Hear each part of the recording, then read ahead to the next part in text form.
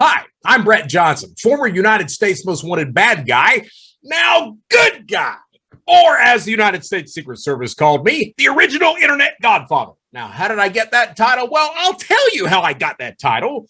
39 felonies. Placed on the United States Most Wanted list, I escaped from prison, and I built and ran the first organized cybercrime community. It was called Shadow Crew. It was a precursor of today's darknet and darknet markets. It laid the foundation for the way modern cybercrime channels operate today. Of course, you go to prison for that shit. Now, look, there's a whole story behind all that. We don't have time for that today. Why? Well, because today it's time for the Brett Johnson Show. Today's episode, trust. How criminals use trust to succeed. When we come back. Okay, so we are back to the Brett Johnson Show. Today's episode, trust, how criminals use trust to succeed. Now, that being said, that was not supposed to be today's episode. Today's episode was supposed to be about advanced replacement fraud. I'm still going to do that. That'll be the next episode, but this one is about trust because, as most of you know, most of my followers now have come from my appearance on the Lex Fridman Show. And that appearance has garnered a lot of publicity and a lot of feedback. And I'm very grateful for that. I'm very appreciative. I thank you all so much for following me. I've got Twitter followers out the wazoo now. I've just hit 1,000 YouTube subscribers as well. And I don't even have a website up. I've not got it on Spotify yet or anything else like that. So I'm really grateful for everything that happened. I really thank you guys so much for taking the time to listen to me. I really appreciate that. For those who haven't listened yet, it's the Lex Fridman Show, episode 272. It's 3 hours and some odd minutes long, but I think it's a good conversation. I truly do. I think it's a good conversation. So if you've not listened to it, take the time out, listen to it. I think it's very eye-opening. Even if it is my story, I think that it's worth listening to and worth understanding that sometimes, not sometimes, most of the time, recovery is not a straight line. And that's whether it's in crime or drugs or what have you. If you're recovering from an addiction, whether it be crime, drugs, alcohol, what have you, gambling, it's never a straight line. You're going to, fall back every now and then. And certainly my story reflects that. And I was very fortunate that I had enough people who believed in me and who gave me the chances to turn my life around. And I was able to. I finally decided, yes, I chose to do that.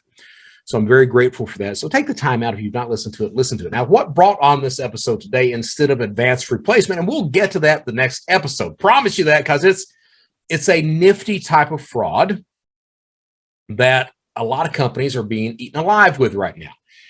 And it's all because, if you think about it, it's the reason things like refund fraud or advanced replacement fraud, things like that, the reason they're so successful is because companies they do their best to make customers, legitimate customers, happy. But we'll get to that in the next episode. All right. Now, that being said, this episode is about trust. And what brought this episode on was that appearance on the Lex Fridman Show, because I've gotten a lot of feedback, and way over 99% of that feedback has been positive. It truly has. I did not, it's very humbling, and I did not expect that degree of outpouring or just positive wishes. So I'm very thankful for that. Thank you so much for that. But I've gotten some feedback about, can we trust Brett Johnson? We think he's still social engineering us, blah, blah, blah. I've had some feedback about the show as well. On the show, I did episode 14. I talked about the Lex Fridman appearance and talked about, some people had said my show was too loud here. And yeah, it probably is. It probably is. But I had a guy today and there's been a few people that have responded to episode 14 by saying, be you. And I think that's what I have to do, because Brett Johnson is sometimes that loud guy. I've often coped with the abuse as a child, a lot of the things that I've done wrong, I've often coped with that by laughing, by joking about it, by stuff like that. And I think that I'm going to continue doing that. For example, when I first started speaking, and this is, I don't know, about 5 years ago now, but when I first started speaking, my wife, she went with me on one of these events. And before I went down to the stage to do the keynote presentation, she was like, well, now, whatever you do, act professionally. Don't do any of your little voices, anything else like that. And I looked at her and I was like, look, Michelle, I said, the truth of the matter is, if I'm going to do this stuff, I've got to be me. And anybody that knows me knows that I do, halfway through a conversation, I'm cutting up and everything else like that. So I'm going to be me. You're going to hear the voices coming out every now and then. That's all I'm saying. You're going to hear it. I apologize if you don't like it, but there's a lot of good information on the show, and I plan on getting it out to you. To me, it's important to have fun while I do this, because if I'm not having fun, it's going to turn into a chore, and then it's going to get to the point where I don't like doing it, and then I'm going to end it. As is what happened with another podcast that I was on. It just turned into a job, into just a horrible, horrible experience. And it was just better for all parties that it ended. So I'm trying to make sure that this one, that I continue to have fun in it. And so far I'm having an absolute blast. So I'm going to do me. I think I've fixed the sound now so that it won't have that hot mic problem that we've got all the time. I'm going to try to go back in, and I may have to reissue the previous episodes where the sound is kind of distorted and hot on the mic and everything, but I'll do that as well. We're going to be uploading to the podcast channels as well. That'll probably be sometime next week. I'll have a website up as well next week and everything else like that. I want everyone to know that listens. Look, I take it seriously about trying to protect people against the type of person that I used to be, people and businesses. If you're an individual, if you've got a problem, reach out. All right. I will try my damnedest to help you. Now, you may have to chase me down a little bit because I tend to be pretty busy, but anybody who looks at my LinkedIn profile for any more than 5 minutes knows that I try to help people as much as I possibly can.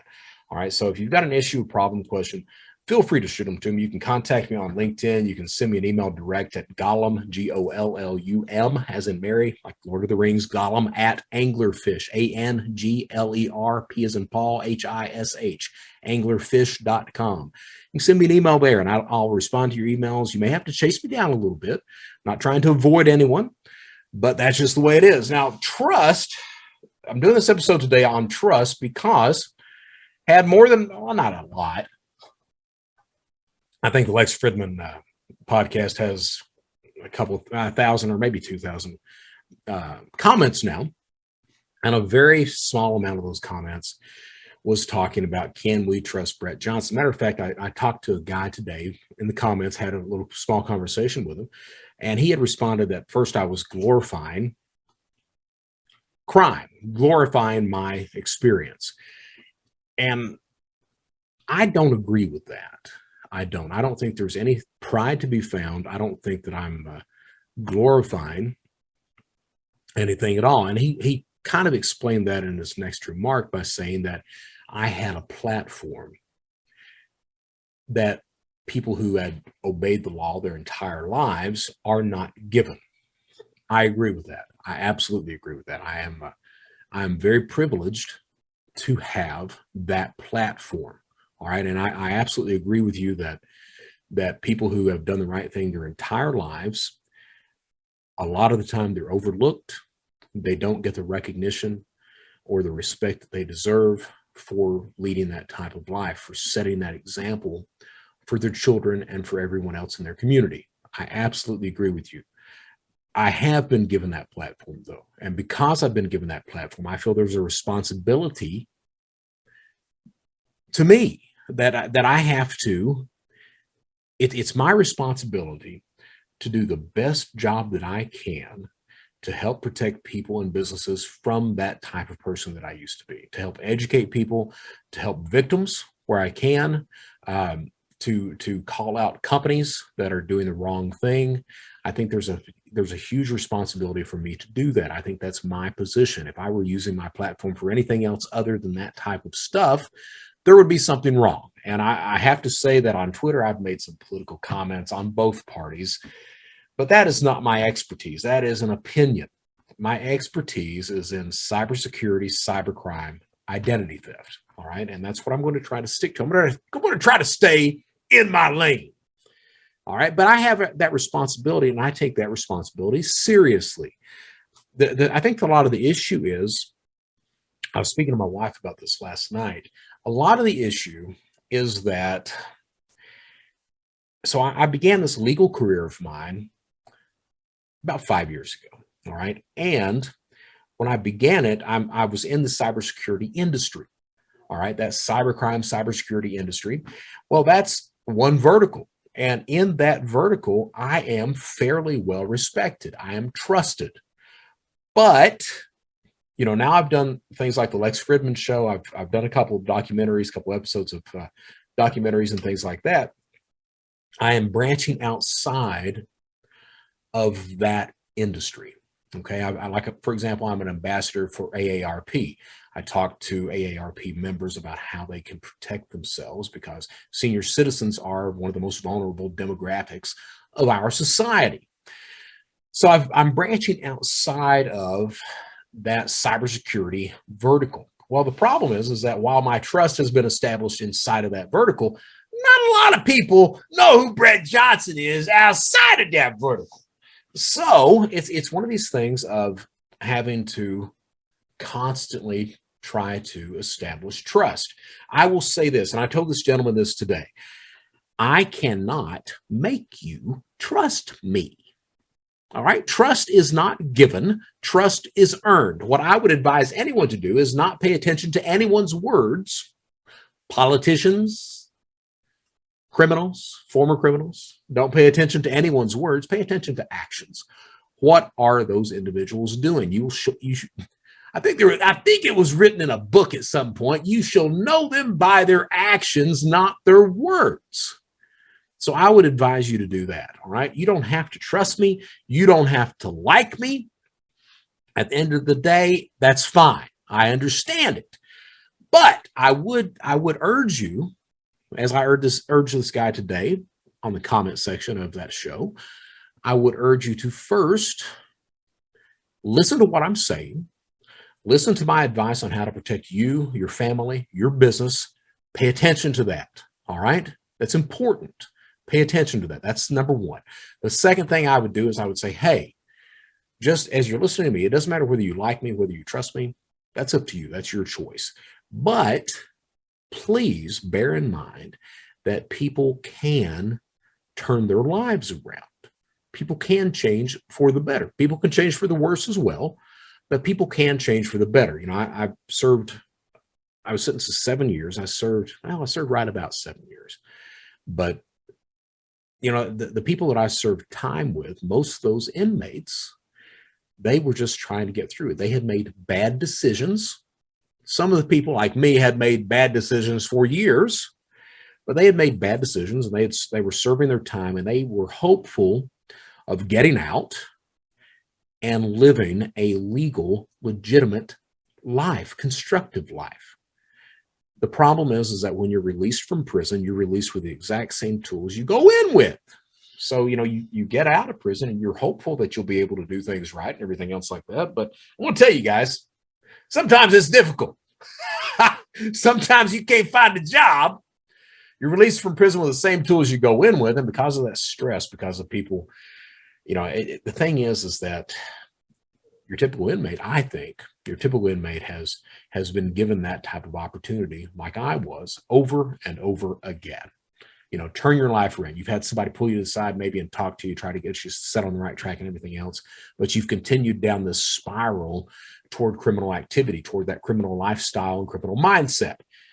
And it takes some time. That's why I mentioned it earlier, that road to recovery is never a straight line. There will always be setbacks. All right. It's like any type of addiction. There's always going to be a setback. But I really believe that, you know, people want to turn their lives around. People, I really truly believe that people want to do the right thing. I believe that.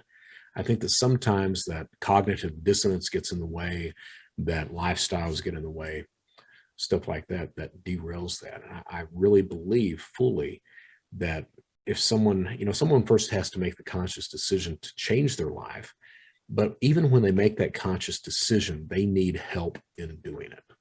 They do. If no one would have helped me, I would have been back in prison today. I'd probably be serving about 20 years in prison. So I make no, I would just be in prison. I mean, it would be one of these things where I'd been committing crime and I'd be back in again. So please just bear that in mind. You don't have to like me. You don't have to trust me, but just kind of understand that people sometimes need a chance.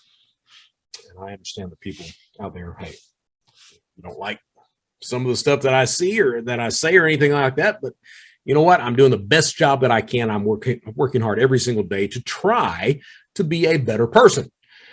All right. So that being said, oh yeah. So on the show, like I said, I'm gonna be me. You're gonna get some voices every now and then. I can't just do this monotone voice thing where it's this low key, all cool dude and all that. I've never been that guy. So we're not going to do it that way. But let's talk about today's show. Today's show is Trust, how criminals use trust to succeed. So what do I mean by that? Well, let's talk about first how Shadow Crew, because again, Shadow Crew is kind of the genesis of all modern financial cybercrime channels. So the way it starts, and I talked about this to a degree on Lex Fridman, I want to talk about it again here. There are 3 essentials to successfully committing online crime. Those 3 essentials are gathering data, committing crime, cashing out. All 3 things have to work in conjunction. If they don't, the crime fails. Why even try? The problem with that is that a single criminal, one guy, can't do all 3 things. He can do 1, sometimes 2. Very rarely can he do all 3. And that is why you have the marketplaces, the dark web marketplaces, the forums, the dark web and surface web groups, why you have Telegram, why you have Discord criminal channels. They exist so that one specific criminal can network with other criminals who are good in areas where he, sometimes she, are not, or is not, whatever the damn thing is there. Now, that being said, let's give an example of that. We'll talk about Tesco Bank. So this is back in 2016, 2017, November 2017. November 2017, Tesco's hit with a $2.5 million breach fraud. All right. Now, what happened on that? Well, what happened is 2016. November 2016, Tesco's hit with a fraud, a massive amount of fraud. Criminals are cashing out debit cards at ATMs, pocketing a lot of cash. Now, what happened there? Well, what happens is let me backtrack here, get my thoughts right. The largest criminal channel on the planet at that point was called Alphabet, had 240,000 members, 240,000 criminals looking to commit fraud, buy drugs, whatever you want to call it. All right. Someone within that 240,000 member structure, they make one post on the forum. The post says, hey, I've been able to hit this bank, Tesco, for $1,000 a week, no flags. 2 weeks later, Tesco's hit for $2.5 million. So how did that happen? Well, that first individual, that guy who makes that post, he had the information. He had gathered the data, but he did not understand how to properly commit the crime. He certainly didn't understand how to cash it out. But by him making a post on that one specific forum, someone within that 240,000 member structure, they see it. They say to themselves, he's not bragging. Doesn't look like he's embellishing. Looks like he's just telling the truth. Let me go talk to him. So he does. That second individual knows how to properly commit the crime. Now, if Alphabet were still up, and it's not because it got shut down July 5th, 2017 by the feds. If it were still up, you could actually track it from that point in time. That second individual posts advertisements on Alphabet. And he says, hey, send me your resumes. I'm looking for cashiers. We're going to make a lot of money. He gets cashiers from the EU, the UK, Brazil, the United States, cashes out to the tune of $2.5 million. It's that platform of cybercrime, that dynamic of working together that turns a $1,000 a week crime into a $2.5 million crime. Now, just for shits and giggles, to talk about how it worked from the good guy's side, not that it has anything to do with this episode at all, but from the good guy's side, 2015, FCI Visa issues a global warning financial institutions to watch out for a specific type of debit card fraud. That fraud being taking rooted Android devices, signing on to cardless payment applications with stolen debit card details, cashing out like that. Tesco ignores those warnings. At the same time, for that crime to really be successful, you've got to have massive amounts of debit card numbers. Usually, that's extremely hard to come up with. Figuring out the algorithm to generate those numbers, extremely difficult. Nigh on impossible, not so much in Tesco's case. In Tesco's case, the debit card numbers were sequential. Yeah, that's right. So you buy one stolen Tesco debit card number, add a digit, you've got another stolen debit card number from Tesco. Finally, Tesco starts to see test runs of the cards. Get a drink here. Tesco starts to see test runs of these cards. So here's the way this stuff works. Experienced criminals, when they breach your company, when they're really set to victimize you and really profit, what they do is they'll make sure every single aspect of that crime is set up to work properly. So they'll do little test runs. Is my OPSEC? Am I secure? Am I private? Am I anonymous? They'll test that. They'll test the cash out mechanisms. They'll test everything along the way. And then once they're sure that everything's working properly, they will hit you as hard and as fast as they possibly can. Tesco starts to see these test runs, and they ignore them until $2.5 million is stolen. Then what happens? Then Tesco shuts down every single debit card that they've got, leaving people stranded in different countries, at airports, everything else. That's what happened on the good guy side of things. So just to give you that picture overall. So that's the way cybercrime works. All right, you've got the gathering the data aspect. Gathering data, committing crime, cashing out. Gathering data, that's the PII, personal information. It's your bank account logins, it's your credit card details. It's any information that's needed, but it's also whatever tools are needed to commit that crime. Is it a spoof phone call? Is it a proxy address? Is it an RDP? Is it Mimikatz? Is it Eternal Blue, Eternal Romance? What tools are needed to help commit the crime? Once you gather the tools and the information, you go on and commit the crime.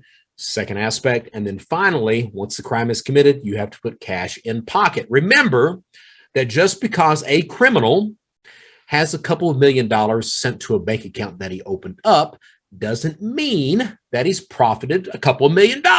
He has to get that shit out of the account and put it in pocket, else it's not worth anything to him. That's one of the reasons that the FBI has such success with getting back funds from business email compromise, BEC. So it turns out that if you're a victim of business email compromise, if you notify the FBI within like 72 hours, they've got an 80% plus success rate of getting those funds back for you. Because, again, just because a criminal has a couple of $1 million sent to a bank account does not mean he's profited a couple of $1 million. His ass has got to get all that money out of the account because the clock is ticking. Authorities are going to be notifying that receiving bank that, hey, those are fraudulent funds. We need that shit back. Bear that in mind. Now, the reason I talked about the three aspects of cybercrime, all right, because it turns out before Shadow Crew comes into being, the only avenue that you had to commit some sort of organized cybercrime was an IRC chat session, internet relay chat, this rolling chat board where you had no idea who you were talking to, if you could trust them, if they knew what they were talking about, if you could believe them, if they had a product or service, if they actually had the product or service, if it worked, or if they were just trying to rip you off because, let's face it, everyone there was a crook. Shadow Crew solved that problem. Shadow Crew gave a trust mechanism. Remember, this episode is about trust. Shadow Crew gave a trust mechanism that criminals could use. Now, you had a large communication channel in the form of a forum-type structure where individuals from different time zones could reference conversations days, weeks, months old. They could take part in those conversations. They could learn from those conversations. They could ask questions.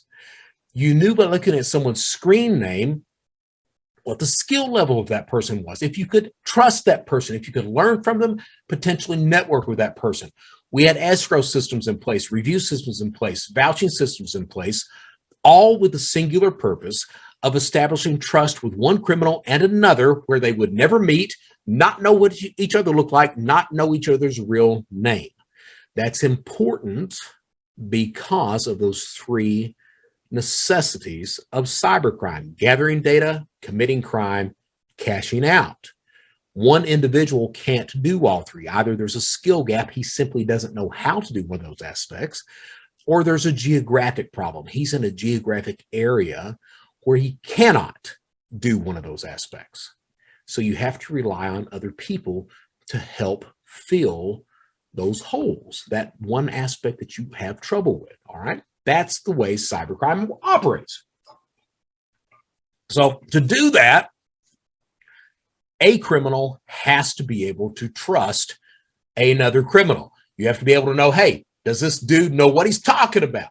If he's got a product, does he actually have it? Does it work? Well, you get that by review systems. You get that by vouching systems. If it's a new seller on the marketplace, you get that by an escrow system. That way, in case he sells you some sort of screwed up item, you get your money back. So you've got all this stuff that works to establish trust, that works to also make sure that the person you're dealing with is not law enforcement, because there's a lot of law enforcement people out there that are looking to put criminals in prison, deservedly so. But there's this platform that works to defeat that, and it works very well to defeat that. If you think about it, what criminal networks are online, and you've got some of these networks. When Shadow Crew ended in 2004, we ended with 4,000 members. Fast forward to 2017, when Alphabet gets shut down, largest criminal network on the planet, ends with 240,000 members. Fast forward 2 more years to 2019, Black Market gets shut down, 1.15 million members. Now that's all pre-pandemic. Pandemic, the government gave money to any fraudster who wanted it. Numbers blew through the roof, blew completely through the roof. All right. So some of these criminal communities are millions of members large. And all of these members are very open source. They know that by sharing and exchanging information with each other, everyone becomes more educated, everyone becomes better informed, everyone profits more at the end of the day. It also works as a real-time mechanism to let you know who you can trust, who you can buy from, what products are good, what products are not, which targets, which merchants are good, which ones you can hit, which ones you can't, which ones have developed new security, what new security teams are in place, who's gotten fired recently, blah, blah, blah, blah, blah. It works in real time to establish all that. And it works very good. It's one of the reasons that cybercrime succeeds as much as it does. In order for that to work, you have to have trust in that community. So Shadow Crew gave a trust mechanism for criminals to use. But it goes a little bit further than that when we're talking about how criminals use trust to succeed. We see how they use trust there for the platform to succeed by having that large communication channel. And it's a necessity. It is a necessity of successful cybercrime. You have to have that large communication channel, that forum. You can find it on Reddit. Sometimes it's on Facebook. Sometimes it's on Telegram. These large channels where criminals can go to find out what's going on, who to learn from, who to buy from, how to do it safely, how to do it without being caught, arrested, sent to prison. So these large communication channels are there so that criminals can network together, can learn, can work, operate, succeed. All right. But trust goes a little bit further than that when we're talking about a criminal seeking to victimize you. So think about it. The reason, and I mentioned this earlier, the reason that we are online is because we trust our online environment. Okay, we trust that when we buy something from Amazon, that Amazon is going to ship it to us. We trust that when we buy something from eBay, that eBay is not going to send us a counterfeit good, though sometimes it happens. We trust these sites that we go to.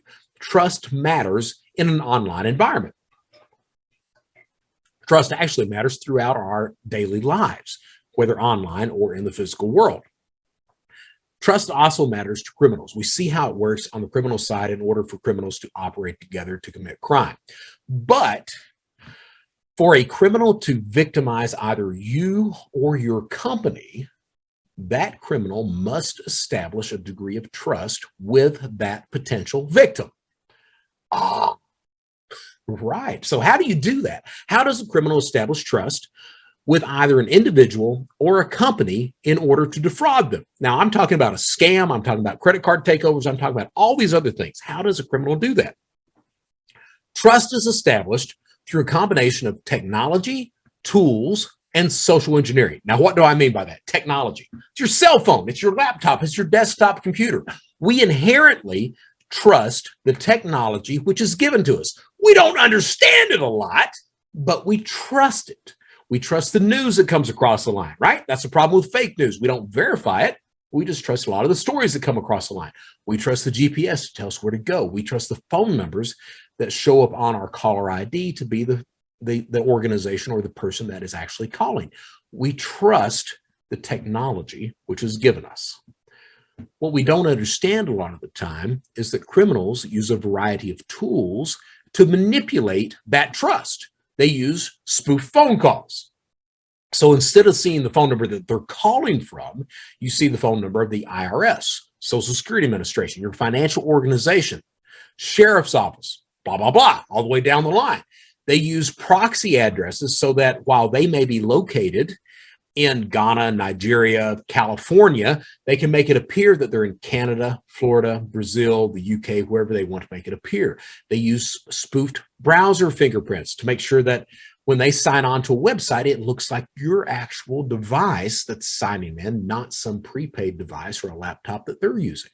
So they use a variety of tools to manipulate the technology in order to defraud you. Now, oftentimes, the technology and the tools just lays a base level of trust, all right? Once that base level of trust is established, at that point, criminal comes in and we see how good of a con man, how good of a liar, how good of a social engineer that criminal is in manipulating you into giving up information, access, data, or cash. It's always one of those four things or a combination of those four things: information, access, data, cash. So technology, tools, social engineering.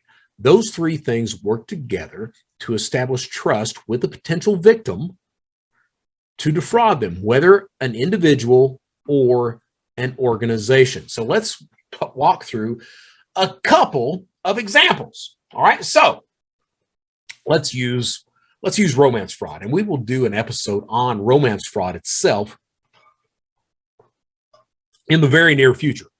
But think about those individuals who sign on to online dating services, all right? A lot of the time, individuals who sign up for that, yeah, you're looking for love and all, I won't say all the wrong places, but you're looking for love, all right? But it's not always love. Sometimes it's companionship, sometimes it's friendship. Now, we inherently trust technology is not just hardware, technology is also the websites we go to. We trust that website, that dating site, to vet the other individuals who are signing on. What we don't understand is that some scammers are using stolen identities. They're using spoofed phone numbers. They're using proxy addresses in order to act like someone else in a different location than they actually are. So a scammer, you see a lot of scammers that use information of servicemen. They steal the identity of a serviceman. They use his pictures, they use his name, everything else, sign on to a dating site. They'll spoof a phone number, or they'll have a prepaid cell phone or something like that, where they have a US number, a Google Voice number, or something like that, where they have a US-based number. They'll use a proxy address or a remote desktop protocol in order that their IP address shows from a US location as well. So they'll come into the system, into that dating site, and they'll gain entry. All right. We are trusting the dating site to vet that individual, that it is who they say they are, but the criminal is using tools to manipulate that to gain access to the site. So we're trusting the dating site. Now, once the criminal is in the dating site. What happens? Would you believe if you're if you're a member of a dating site, and I think a lot of people who listen to this show may have been or may be right now, but if I were to send you a message, if you sign on to a dating site and you immediately get a message saying, "Hey, I saw your profile. Hey, you're very good looking. You're very good looking. Hey, I love you a long time. Hey, yeah, I love you a long time. Why don't you send me all your money? We'll get married. We'll live happily ever after. I'm a catch. Yeah, I'm a catch." Now, if you got a message like that, would you buy into it? Would you sign on? Would you respond? Would you send me the money that I'm asking for? No, you wouldn't. That is not how criminals operate. That's not how successful criminals operate anyway. So realize technology, tools, social engineering. You're trusting that technology, the dating site. Criminals using tools, stolen identity, phone, proxy address to gain entry into the site. All right. Now, social engineering kicks in. If the criminal immediately, if he's got access to the site, if he immediately sends you a message asking for all your money, that he's going to love you for all your life, everything else, you're probably not going to respond. At least, my God, I hope you're not going to respond. So instead, what happens? It's important for the criminal to become a very good social engineer. He realizes that he really doesn't need to do a lot of fishing.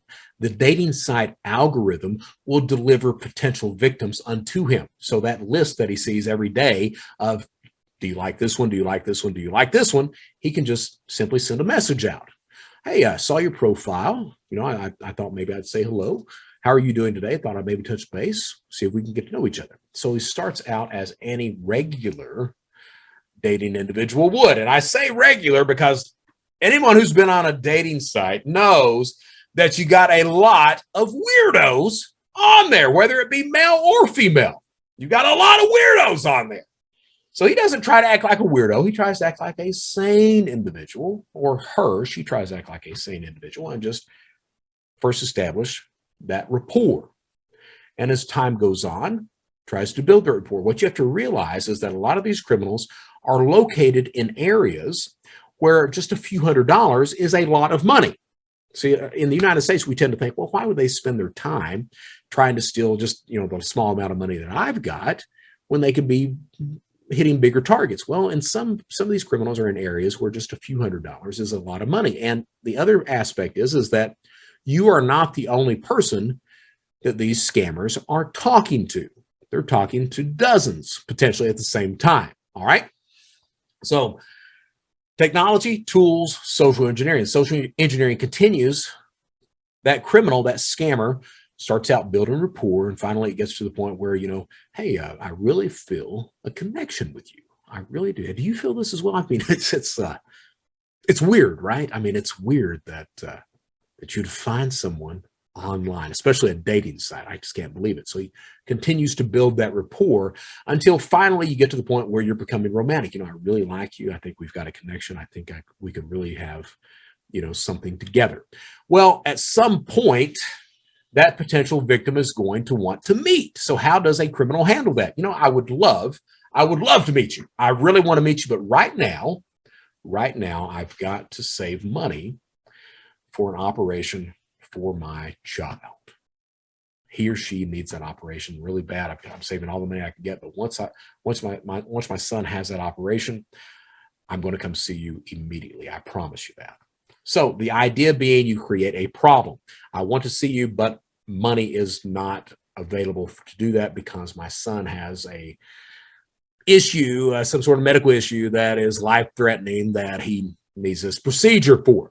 The idea being, of course, that the potential victim will offer cash, which is usually what happens. Well, is there anything that I can do to help? Now, that is usually the response. Is there anything that I can do to help? Because we as individuals tend to trust each other. We as individuals tend to want to help one another. This is someone who doesn't do that, though. This is someone who's looking to take advantage of that inherent trait of humans, of wanting to help, of wanting to trust. All right. So that potential victim offers help. Is there anything that I can do? Now, should the scammer at that point accept that offer or deny the offer? Here's what I know. I know that a lot of potential victims on dating sites, when they're contacted by someone like that, they're thinking in the back of their head, this is probably a scam. This is probably a scammer. This individual just wants money from me. So when I, as the scammer, create that problem, it kind of solidifies in that potential victim's head. Oh, yeah, this is a scam. This is where they're asking for money. Well, even though I'm realizing that as a victim, I'm still going to say, is there anything that I can do to help? The scammer, me, I know that. So what do I do? The smart thing is to say no. No, absolutely not. I would never ask you for any money at all. I can do this myself. I appreciate it. We don't even know each other that well. There's no way at all I would ever ask you for anything. Thank you so much. I appreciate it, but I've got this. As soon as I've got it, I'll come to see you. All right. Now, by denying that offer for cash, what happens? It triggers in that victim that, hey, this can't be a scam. It cannot be a scam because they would have taken the offer for cash. Here's what you don't understand, though. I know, the scammer knows, that you're going to offer that money again. I know that I've just solidified trust with you. By denying it, I've convinced you at that point in time that it can't be a scam.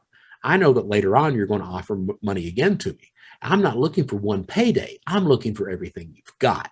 So I keep going. At some point in the near future, you're going to say, are you sure there's nothing I can do? And at that point, my response is going to be different. I just don't know if I can repay you. I don't know what else to do. I don't know if I can repay you. Thank you so much. Thank you so much. So you're going to send the money.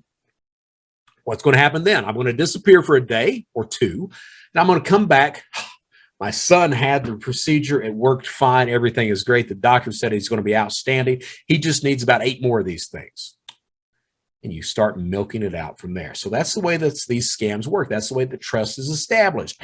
Not by being a unique, loud individual a lot of the times, but simply by fitting in, listening to that potential victim, and gaming that potential victim, doing what you need to do to establish trust. So understand, I said earlier when I was talking about me, trust is earned, it's not given. Just because you're meeting someone who's saying all the right things online does not mean that you should be falling for that type of scam, so that you should be believing that. The problem is that when we are scammed, you're dealing with someone, this is their career, this is their job. This is not the first time that they've scammed anyone. This is what they do. They are experts at this. They know what it takes to manipulate you with technology and psychology into giving up information, access, data, or cash. All right, this is what they do. It's very easy to be manipulated.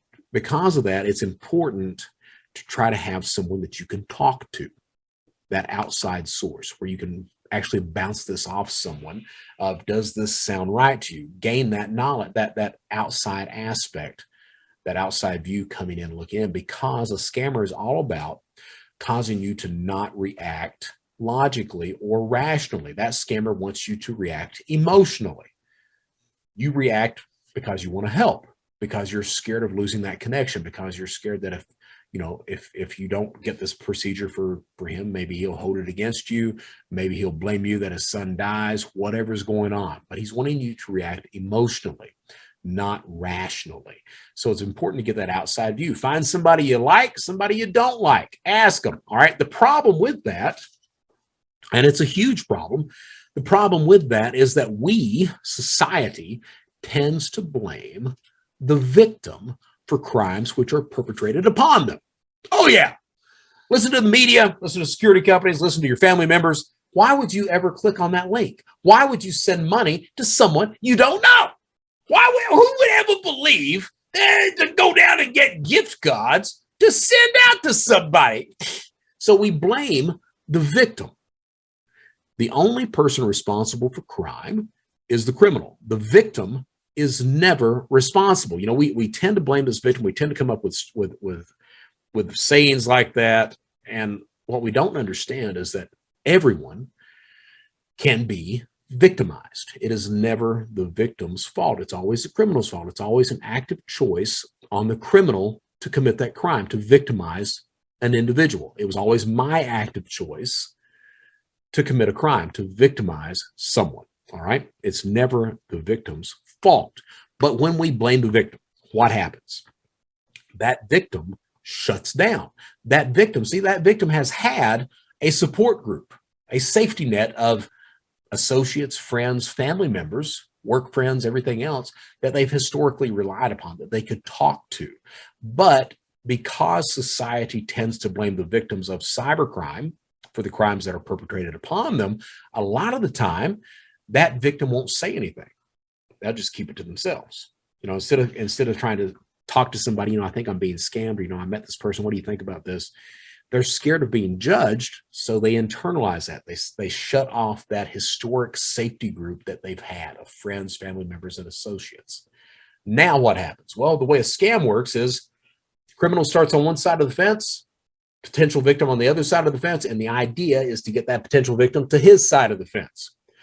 By blaming the victim, that just helps facilitate that. Now you've got the only person that victim is really talking to is the criminal. And it just keeps going. I can't tell you the number of victims that I've talked to that as the crime goes on, they finally start to adopt this idea of, I'm in for a penny, in for a pound. I've been in it so long, it's got to work out just a little bit more. But they fail to understand that criminal is simply there to get every single penny that they've got and then cut it off. All right. So that's how trust works in scams. Trust works if you're talking about how do I take over your bank account, for example. All right. How does trust work in that? So, excuse me. Remember, I said trust is established with a potential victim, either an individual or a company, with technology, tools, and social engineering.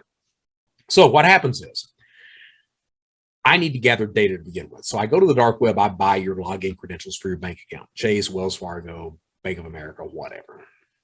So I buy your login credentials. I can usually get that for around $20. For that, I get your name, address, some personal information. I also get your bank account login. All right. Now, or your credit card login. Let's talk about credit cards. So I'm going to take over your credit card account that your bank issues. So what I do is I've got your personal information there. From there, I'm going to go and I'm going to pull your background check. Where do I go to pull your background check? I can do it from TLO, from Delve Point, which offers in-depth background checks. I can get that for about $25 if a criminal has that available on a marketplace at that point in time. If a criminal doesn't have that, what I will do is I will pull your background check using like Ben Verified, Spokio, Intellius, something like that. For example, $27 a month through Ben Verified, I can pull your background check, every single associate's background check that you've got, in the hopes of getting your mother's maiden name, which I'll get. So from there, I get the background check, then I get your credit report. Where do I get your credit report? Well, I get it from the same place you get your credit report, annualcreditreport.com. They ask security questions, which the background check tends to help with, but the security questions that Annual Credit Report asks doesn't have a time limit on it. So I can literally sit there all day long with background checks with Google, try to get the answers. If I miss the answers, am I worried? No, I'm not, because my next stop is creditkarma.com, where they ask the exact same questions, except the answers are changed, except the correct answer. So now I've got your credit report. From there, I go to LinkedIn to find out how much you work, Glassdoor to find out how much you make, Facebook to find out if you posted anything of interest, and that is your ass. It takes about 20 minutes to do that. Now, I've got your background check. I've got all the information that I need to ask any security questions. I've got your mother's maiden name as well. From there, I pick up the phone. Remember, on the dark web, I've got your credit card details or your bank account information. I call your financial institution. I spoof your phone number so that customer service doesn't see the phone I'm calling from. They see your actual phone number showing up on the screen in front of them. Technology, customer service trust that technology, that terminal that's in front of them. They trust the phone numbers that are coming across the line to be the actual phone number that's calling in. They're not understanding that I'm using a tool to manipulate that technology, a spoofed phone call. Very simple to do. Matter of fact, I don't even know how to do it. I don't even need to know how to do it. I can pay Phone Gangster or Spoof My Call 10 cents a minute to do it for me. So I spoofed the phone number. I call in to customer service. They see your phone number calling in. They're already trusting me that I am who I say I am. All right. I'm going to ask one question. what is my available balance on file on the account? They're going to ask me two security questions. One of those questions is probably going to be mother's maiden name. I know the mother's maiden name, but I'm going to miss it on purpose. So I'm going to say any other name, but I'm going to say it with confidence. Johnson. Well, I'm sorry, sir. That's not what we've got. Huh? Well, what do you got? I'm sorry, sir. We're not going to tell you what we've got. Well, look, I don't know what you got, but I know what my mom's name is. What are you guys even doing over there? So what are they trained to do at that point in time? They're trained to ask two more security questions, which I have the answers to.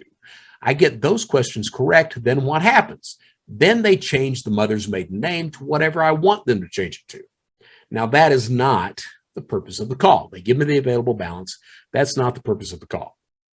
The purpose of my call happens as that customer service agent is about to hang up. As they're about to disconnect from the call, by the way, can you update my phone number on file? Well, yes, sir, we can do that. Now, why do I do that? Remember, trust is needed in order to commit this crime. I need to establish trust with that customer service agent. Now, I'm trying to take over your bank account or your credit card account. For me to do that, the only thing I need done is the phone number changed, because if I control the phone number, I control the account. Any issues with that pop up, anything else, what do? They call the phone number that's on file. All right. So I'm just trying to change the phone number to a phone that I control, not the phone that you control. So I call in, spook the phone number, lays a base level of trust. I ask for the available balance on the account. They ask two security questions. I miss the mother's maiden. I create a problem, but that's okay. We're going to solve that problem together. As we solve that problem together, I'm going to build more rapport with that customer service agent. I'm going to prove that I am who I am by answering even more of these knowledge-based authentication questions that they're asking that I've already got from the background check. I'm going to prove even more I am that person, build rapport with that customer service agent, distract the customer service agent from the real primary purpose of my call, which is to update the phone number on file. That customer service agent goes through maybe 200-300 phone calls a day. They mentally disconnect from the call as the problem is solved. They're looking forward to that next call. It's when they mentally disconnect that I engage and have a real reason for the call. Please update my phone number on file. The problem is if I were to spoof the phone number, call into customer service and immediately say, yeah, I'm calling in to change my phone number on file, would they do it? Probably not. They'd probably boot me up to higher verification services, which creates a problem. I want to make sure the customer service handles everything for me. So I do that by going through all this social engineering at the end that gets the phone number changed. Does it work? Yes, it works like a charm. I have done that. That's the way I used to do ATOs, account takeovers. Matter of fact, I've been asked by the customer service agent, why are you updating the phone number on file? And my response has been, well, I no longer have that number. I no longer have the number that I'm calling from that's showing up on their terminal. That's the way trust is established among criminals. That's the way that criminals use trust to victimize either you as an individual, take over your accounts. Now, if you're a company out there, think about what does it take for a criminal to establish trust in your company, your online site, in order to defraud your company? Does it take just stolen credentials, someone's login and password? Does it take a stolen cookie? Does it take a spoofed browser fingerprint or an IP address that's within the zip code of the actual account holder? Does it take a combination of those? Understand that. Understand that criminals have tools that can really take care of any aspect of that. Because of that, it becomes very important, this thing that Ronald Reagan used to say, trust but verify. I'm a big guy about trusting. I think that we as human beings, we want to trust. We need to trust. Living a paranoid life, to me, is just a miserable existence. But we have to verify all of these things. That's a problem with fake news. We read the news, but we really don't, a lot of us don't verify the sources of the news. And because of that, this idea of perception being more important than reality itself, the perception of truth is more important than the truth itself. That's a really dangerous thing these days because of deep fakes, because of all the misinformation that's being sent out by every news source that I can potentially think of. Everything's got a slant these days. It's important for us to understand the source of our information, to understand the source of everything that's coming in, to verify everything, not just news, but those phone numbers that are coming across. To if you're engaged in one of these that you think something might be a scam, or whether you don't think it might be a scam, have someone that you can talk to. Take a breath. You've got that phone number coming in. If someone's trying to engage you to do something, all right, to send them money, to say that you're in trouble, that your grandson's in trouble, anything else like that, you need to be able to step aside, take a pause, and start to think rationally. If you realize that if you're thinking emotionally, that you're scared of loss, that you're scared, that you've got fear of something, missing out, anything else like that, that you're thinking emotionally, not rationally. So it becomes very important to pause, take a breath, let reason take back over. Think like that. If reason cannot take over, that you need to be able to talk to someone and gain that outside view coming in. That being said, I wanted to talk today about how trust is established in criminal communities and also how criminals use trust to succeed at cybercrime. I think I've done that. Didn't do too many voices today, but they're going to come back. You can bet on that. Ha! That being said, I'm Brett Johnson. What do we say as we close out? Stay safe, stay secure, and stay vigilant. More important, this is the Brett Johnson Show. At the end of the day, just do the right damn thing. I'm Brett Johnson. Thank you for watching. Thank you for listening. Until next time.